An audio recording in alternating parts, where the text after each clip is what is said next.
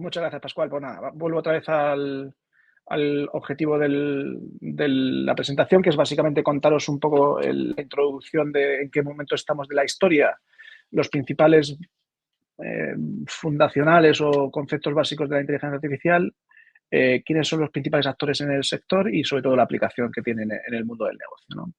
He traído aquí, digamos, tres informaciones un poco repartidas, pero bueno, por comentaros un poco personalmente, yo he vivido desde que empecé mi carrera profesional hace 25 años, tres transformaciones en estos 25 años. La primera, como os comentaba, era la de Internet, donde, bueno, pues apareció el computador, apareció la interfaz de usuario y apareció la conectividad, que produjo un impacto bastante importante en nuestros nuestros hábitos de vida y realmente un impacto en el negocio. El segundo fue cuando pues, un señor, como se llamaba Steve Jobs, presentó un teléfono que aparte tenía conectividad y se podía escuchar música, y a partir de ahí, pues, digamos que también tuvo un impacto muy importante en cuanto a los hábitos los hábitos personales de vida y el impacto también en el negocio. Y luego la tercera, efectivamente, pues, es la de la inteligencia artificial, que se arranca fundamentalmente cuando OpenAI saca ChatGPT. Esta, para mí, de las tres, es la más importante, porque yo creo que es la que mayor impacto va a tener, tanto, como os decía, en los hábitos de vida y además en impacto en el negocio. El segundo de los elementos que traigo es que además se produce otro hecho importante, que es que la velocidad de adopción de la tecnología cada vez es mayor, ¿no? Desde que se inventó la electricidad hasta que la electricidad realmente se aplicó a un entorno industrial pasaron 40 años. Desde que el señor Bill Gates inventó el computador personal hasta que realmente, desde que se inventó el microprocesador en los años 70 hasta que Bill Gates lo empezó a usar de manera masiva y con la aparición de Internet pasaron 20 años. Y en la inteligencia artificial, aunque sí que es verdad que los algoritmos vienen de los años 50, pero sí que es verdad que la adopción de la inteligencia artificial aplicada al entorno creativo ha sido de menos de 3 años, ¿no? Y la última de las cuotas es para mí muy importante, porque digamos que todo esto de la tecnología y de la inteligencia artificial tiene que tener su contexto, vamos a llamarle ético, ¿no? Entonces he traído una frase de Fei-Fei Li que a mí me parece bastante reveladora, ¿no? En el que ella, bueno, pues venía de tener una posición de dirección en la división de inteligencia artificial de Google, y realmente lo que pasó fue al entorno, digamos, educativo, ¿no? Y entonces lo que dice básicamente en esa quote es que el entorno académico debe coger el espacio que no debe de coger el capitalismo, ¿no? Y esto para mí es importante porque realmente la evolución de la inteligencia artificial va a depender del ser humano, ¿no? No más que de la máquina. Pequeños conceptos de IA generativa. Bueno, pues sabéis que la inteligencia artificial al final lo que intenta es, a través de mecanismos informáticos, pues el intentar simular el intelecto y la conducta humana, quizá especial en la conducta humana, porque efectivamente, como veréis, todos los modelos que están apareciendo ahora, realmente los modelos son un fiel reflejo de nuestra conducta y de cómo nosotros le decimos a la máquina y programamos el modelo.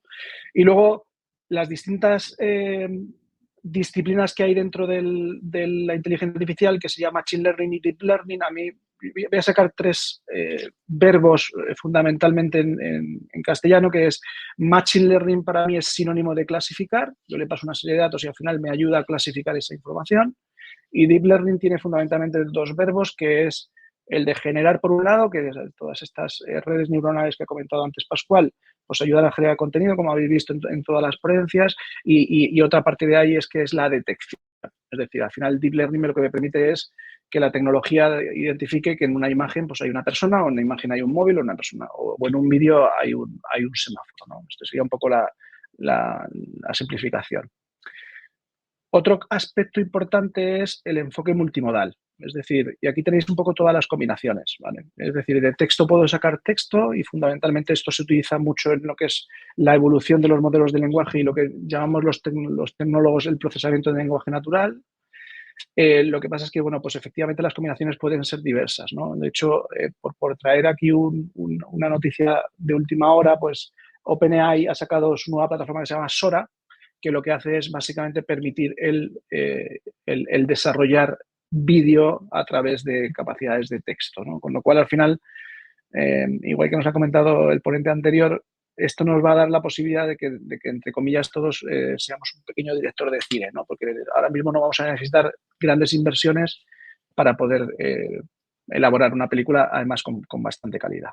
Adicionalmente, también os traigo aquí algunas herramientas, digamos, que favorecen estos entornos multimodales. Comentar también otra que no aparece aquí, que es de entorno comercial, que es la versión de Adobe que se llama Firefly, que Adobe, como sabéis, pues es el líder en el mercado de toda la parte, digamos, de ilustración y además es dueño del PDF, es decir, temas editoriales. Y él ha sacado Adobe ha sacado una plataforma fundamentalmente para poder ayudar a los creativos a desarrollar contenido alrededor del marketing digital. Esto que me imagino que, bueno, lo conocéis mucho, porque sí que es un tema bastante relevante en las ponencias que aparece en IA generativa, lo que pasa es que, bueno, es significativo. Es decir, lo que traigo aquí básicamente es que cuando OpenAI sacó ChatGPT, pues tardaron 5 días en alcanzar el 1.000.000 de usuarios, cuando, bueno, pues otros players, como veis por ahí, tardaron, como en el caso de Netflix, 3 años y medio, ¿no? Entonces, efectivamente, esto lo que quiere decir es que cada vez más la adopción es mucho más rápida, ¿no? Y la otra gráfica, que es el impacto, digamos, sobre el PIB o sobre digamos, el impacto global en la economía, pues como veis, realmente la inteligencia artificial va a tener 5 veces el impacto que supuso Internet en la primera oleada. ¿Cuáles son los principales players? Bueno, pues aquí están los sospechosos habituales, ¿no? Yo he traído 5, pero os diría que uno de los eslogan que os quiero trasladar es que la inteligencia artificial no favorece la igualdad. Porque básicamente, para que os quedéis con un dato, la inversión que tiene que hacer OpenAI para que entrene el modelo de ChatGPT en su versión 4 es de $100 millones. Y el consumo de ChatGPT diario es de $700.000 al día, ¿vale? Entonces, eso básicamente lo que propone es que las empresas que puedan realizar ese tipo de inversiones son las únicas que van a ser habilitadoras, ¿no? Entonces, ahí he traído las 4, básicamente pues OpenAI, que ya lo he comentado, y ahí básicamente pues también decir que la situación actualmente es que 1 de cada 4 habitantes en el mundo usa ChatGPT, y además teniendo en cuenta que hay mucha población que no tiene, digamos, acceso digital, digamos que el porcentaje es muy alto, ¿no? Google, que también, como ha comentado Pascual, yo creo en sus charlas, pues ha sacado su plataforma Gemini. Yo lo que destacaría fundamentalmente de Google es que ha desarrollado modelos LLM para desarrollarse en smartphones, ¿no? Entonces, al final, un ejemplo de esto es el acuerdo que llega Samsung con Google en cuanto a que sus nuevos teléfonos, en concreto el S24, pues tienen capacidades de inteligencia artificial generativa, con lo cual la traducción simultánea se va a poder dar la traducción de idiomas en tiempo real, ¿no? Amazon, que entre comillas se ha quedado un poco descolgado y que lo que ha hecho ha sido básicamente enfocarse a un player que se llama Chronicle, que son ex empleados de OpenAI que han montado un spin-off. Y Microsoft, que, bueno, pues se ha llevado prácticamente la batalla, porque aparte de que, bueno, pues Microsoft con toda la adopción empresarial que tiene con su plataforma Azure, realmente ha llegado a un acuerdo estratégico con OpenAI y ha adoptado todas las capacidades de los productos de OpenAI en su suite de productos, ¿no? Con lo cual, al final, una de las palabras también que vais a oír mucho en el futuro es el tema de los copilots, ¿no? Porque lo que nos van a permitir básicamente es aplicar la IA generativa a toda la suite y a todo el día a día de nuestro trabajo, ¿no? Y ya por finalizar en Meta, pues Facebook en este caso, pues ha optado por algo un poquito más distinto, que es, oye, voy a democratizar un poco el mundo de los LLMs, y lo que saco es un modelo Llama que es open source, que significa que yo dejo el código abierto para la comunidad, lo único que lo limito para uso comercial, no lo permito para otro uso que no sea el uso comercial. También traeros el dato del impacto que va a tener la IA en el 2040, que será igual al PIB del Reino Unido, con lo cual es una bestialidad, ¿no? El impacto que tendrá desde el punto de vista económico. Luego, pasamos un poco a qué aplicaciones o casos de uso tenemos alrededor de la IA generativa. El primer mensaje que os quiero trasladar es: la IA generativa no vale para todo. De hecho, vale para pocas cosas. De hecho, ahí veis básicamente que vale para 6 cosas, que las podríamos simplificar en 5. Es verdad que luego, en todo lo que es el entorno corporate, de riesgo, finanzas, recursos humanos, etcétera, tiene un impacto, pero como veis, no supone un impacto importante en cuanto porcentualmente en todo lo que va a impactar la IA generativa. Esos 5 puntos al final son ventas y marketing, que ahora veis algunos ejemplos. Me va a ayudar básicamente a conocer mejor mi cliente y a cualificarlo mejor y, por tanto, tener más conversión. Me va a permitir, además, el sueño para un retailer, que es prácticamente impactar a cada usuario con lo que quieren en su momento y con creatividades muy adaptadas personalmente a mi perfil. El mundo de la ingeniería del software, que también, Pascual, quiero resaltar una parte que ha comentado en su charla, que es la primera vez que una tecnología ataca a un colectivo, como son, en este caso, pues mi colectivo, que es el de ingenieros del software, con lo cual, básicamente es la primera vez que una tecnología ataca a perfiles cualificados. ¿Por qué? Porque si soy capaz de generar lenguaje, soy capaz de generar código. Otro aspecto también es la parte de investigación y desarrollo. En la primera ponencia habéis podido ver un ejemplo de cómo la IA generativa impacta al sector de la moda, pero veréis también cómo impacta al sector de la farmacia, ¿no? O de cómo me puede ayudar estas tecnologías a diseñar nuevas proteínas y, por tanto, diseñar nuevos medicamentos, ¿no? Y la última que me quedo, que para mí personalmente es la que más impacto va a tener a corto plazo, que es lo que, bueno, los americanos llaman Customer Operations, que es, digamos, todo lo que tiene que ver con el contact center. Por poneros un ejemplo en esto es, si yo pierdo mi tarjeta de crédito, realmente con esta tecnología lo que puedo tener es un chatbot o un agente virtual que me puede dar soporte igual que un humano ante una emergencia, ¿no?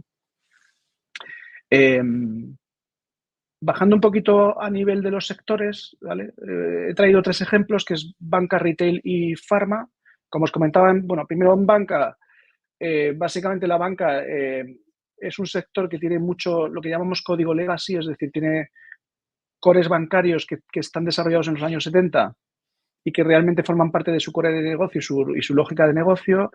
Y lo que está ocurriendo básicamente es que tienen la necesidad de modernizar digamos, su biblioteca de aplicaciones. Entonces, la IA generativa lo que me va a permitir es ayudarme a transformar ese código hacia plataformas más modernas, ¿no? El tema del contact center podría ser otro ejemplo, en donde, por poneros otro caso de uso, yo puedo, con IA generativa y a partir de las capacidades que me da el speech to text o la voz hacia texto, lo que puedo es analizar todas las conversaciones que he tenido con mis clientes, pasarlas a un modelo, ver cuáles de esas conversaciones han tenido conversión de un producto, de una contratación de un producto, y a partir de ahí sacar realmente cuáles son los patrones de mis agentes que son más efectivos para la venta de productos. Y eso, al final, lo que puedo hacer es aprender de ese modelo y desarrollar un copiloto, que un copiloto, como su propio nombre indica, es una maquinita que pongo alrededor al lado de un agente humano, en este caso, donde la máquina, en función de la conversación que se está produciendo en tiempo real, me va a dar indicaciones de cómo tengo que tratar esa conversación y a ese cliente de la manera más eficiente posible, ¿no? En retail, como comentaba, segmentación, marketing digital, creatividades. Antes los retailers tenían una limitación, que es que no soy capaz de segmentar a mi cliente y tener todo el conjunto de creatividades, porque lógicamente mi capacidad de producción es limitada a las personas que tengo en mi equipo de diseño. Bueno, pues con la IA generativa lo que voy a hacer es eficientar mucho esa capacidad y por tanto generar todo tipo de imágenes, de copies, de mensajes adaptados a digamos, a las necesidades del cliente en el momento concreto.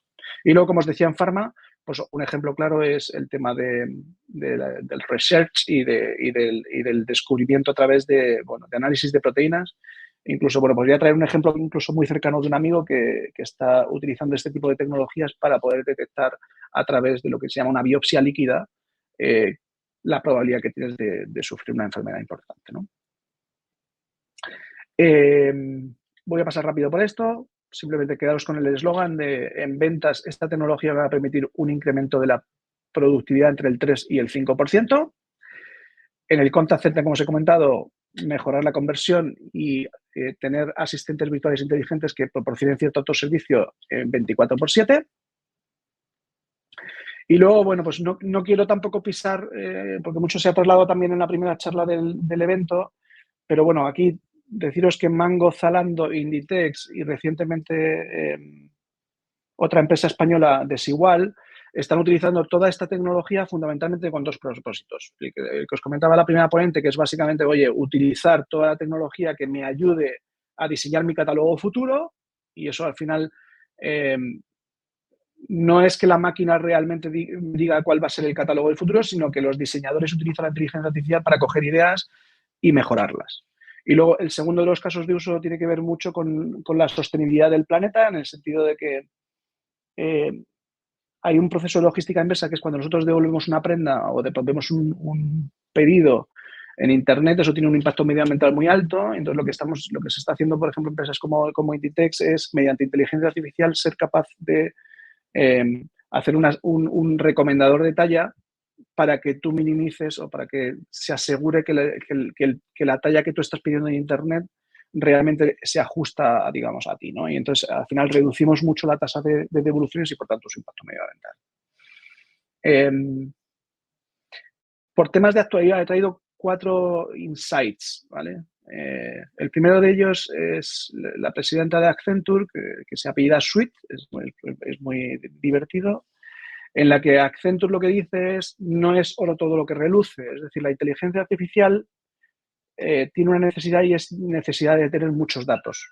Entonces, si no tenemos muchos datos y esos datos no son de calidad, realmente vamos a tener un problema a la hora de poder aplicar inteligencia artificial. Y eso lo que va a poder hacer es, entre comillas, ponerle deberes a las compañías, que es preparar el dato para poder utilizar la inteligencia artificial que impacte en su negocio, ¿vale? Eso sería el primer mensaje. El segundo viene de Davos, que es, como sabéis, pues es una reunión que hacen las principales gobernantes de las principales potencias del mundo, incluso empresarios, y básicamente, pues bueno, se creó un grupo de trabajo alrededor de la inteligencia artificial, y lo que midieron básicamente es cuál era el impacto que tenía la inteligencia artificial en el empleo, ¿vale?